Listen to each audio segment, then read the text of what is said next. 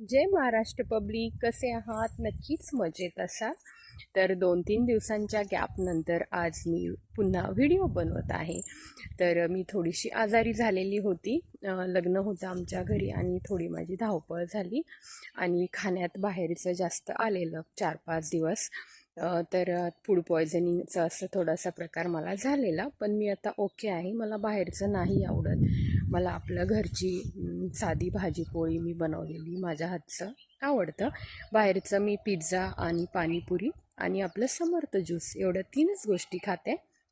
Other मला हॉटेलचं जेवण काही आवडत नाही. सो त्यामुळे मला असं थोडं होऊन जातं, मला सूट नाही होत ते खाणं सगळं बाहेरचं. आणि व्हिडिओ बनवण्याचे खास कारण असे की आता लवकरच आपले गहू निघणार आहेत. तर श्रीराम आपले दरवर्षीप्रमाणे श्रीरामचेच गहू आपण लावतो आणि बरेच कस्टमर आहे ज्यांना फक्त श्रीराम हा गहू म्हणजे त्याचीच पोळी लागत असते खाण्यासाठी. सो आम्ही ह्याही वर्षी तेच लावलेले आहे आणि भरपूर गहू आहे. ह्या वर्षी पण पूर्ण 10 एकरचे गहूच लावलेले आहे. तर म्हणून मी म्हटलं आज व्हिडिओ बनवूया. आता 10-15 दिवसाच्या आत म्हणजे आपले गहू निघतील. तर ज्यांना गहू हवे असतील तर त्यांनी नक्की मला कॉन्टॅक्ट करा. आणि जे फिक्स लोक आहेत, कस्टमर आहेत, तर त्यांचे तर बुकिंग ऑलरेडी सुरू झालेलं आहे. आणि आपले गहू कसे असतात तुम्हालाही माहिती आहे, म्हणजे पूर्ण स्वच्छ आणि दळण करूनच मिळतात. कारण आजकाल लेडीजला वेळ नसतो किंवा कंटाळा येतो दळण करण्याचा. सो आमचं डायरेक्ट दळण करून दिलेलंच.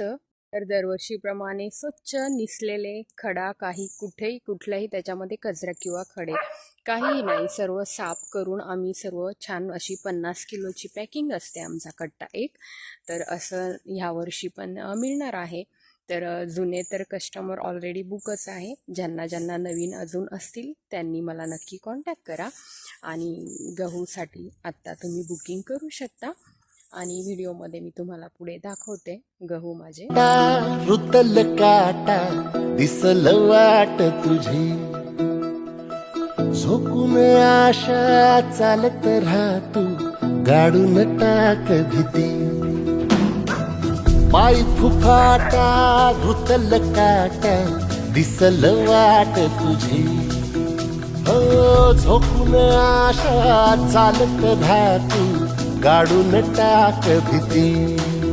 मागू नको आधार शोध तुझं, तू दाड घालू नको, तू साध कुणाला, तुझ्या हातीन दोर जरा लागू दे जोड, तुझा दिसू दे रंग जगाला.